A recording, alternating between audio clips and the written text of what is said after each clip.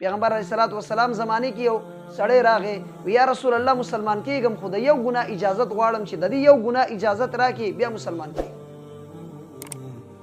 نبی علیه الصلاۃ والسلام وفرمایل چې ویا وی صرف مال د زنا او اجازت راکړه چې زه به زنا کوم نور به یو ګناه نه.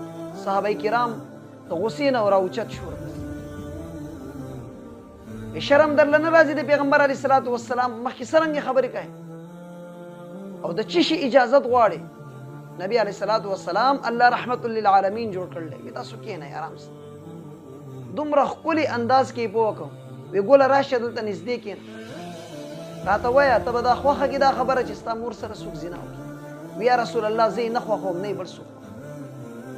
نبی علیه الصلاۃ والسلام وایي چې ته چا سره زنا کوې هغه به دې چا مور وي. وی دا خبره خوښی چې ستا ښځې سره څوک زنا وکړي. وی یا رسول الله نه یې زه خوښوم نه به یې بل څوک خوښي. نبی علیه الصلاۃ والسلام وفرمایل چې ته چا سره زنا کوې هغه به دې چا ښځه وي. وی دا خبره خوښی چې ستا خور سره څوک زنا وکړي ستا لور سره څوک زنا وکړي ستا د فیملی بل یوې ښځې سره څوک زنا وکړي. وی یا رسول الله زه یې هم نه خوښوم بل څوک یې هم نه خوښوي.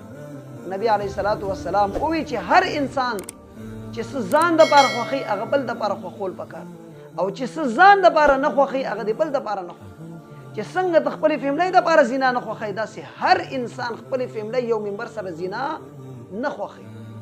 هغه صحابي ووایي چې یا رسول الله هغه ټیم پورې لا اسلام یې نه قبول. یا رسول الله زه به نن نه پسته چا سره هم دا بد عمل نه کوم زه به نن نه پسته زنا هم نه کوم.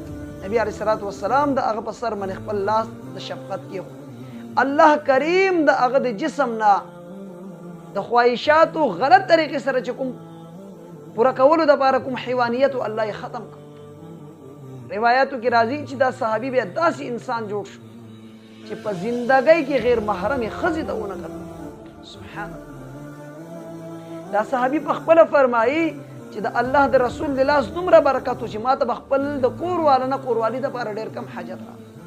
الله کریم دې طرف نه زما توجه واړو